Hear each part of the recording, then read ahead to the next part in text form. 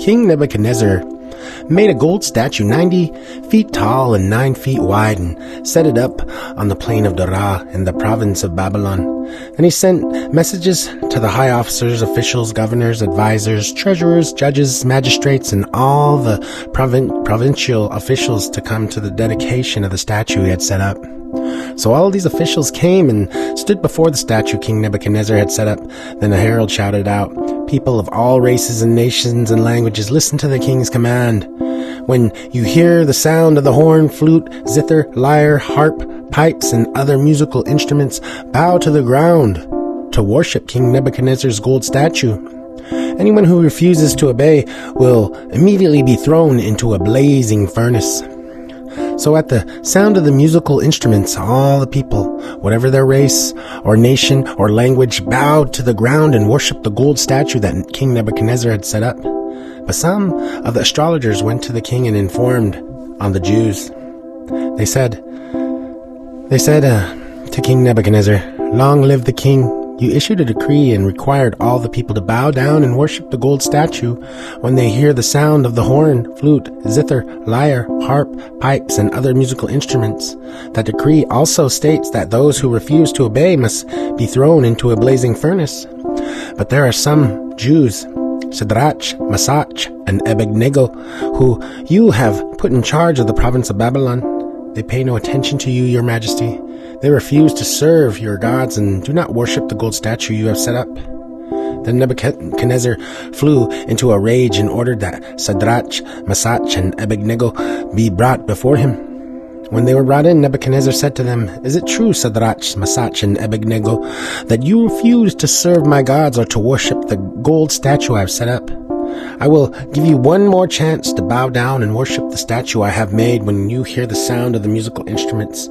But if you refuse, you will be thrown immediately into the blazing furnace, and then what God will be able to rescue you from my power?"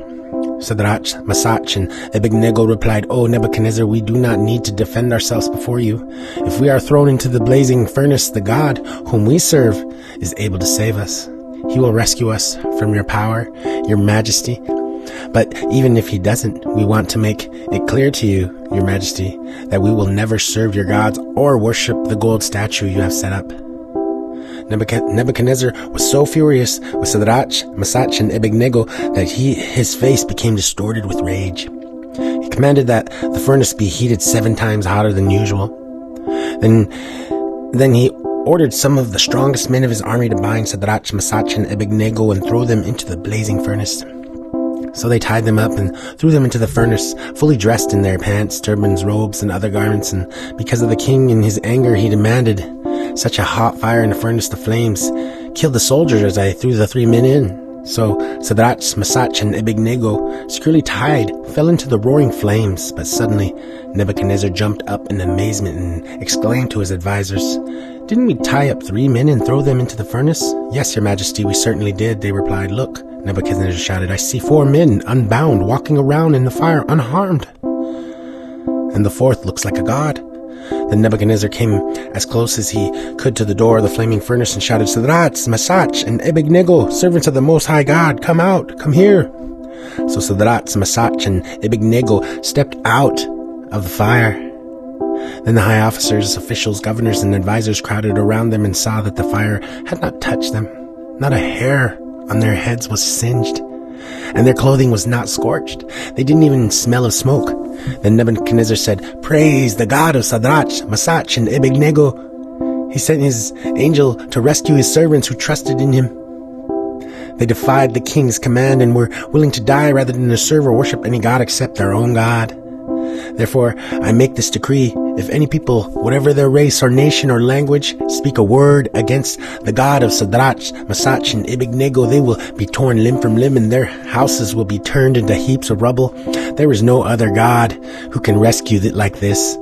Then the king promoted Shadrach, Meshach, and Abednego to even higher position in the province of Babylon. Daniel 3, 1-30, New Living Translation. Be blessed today. You are a child of God.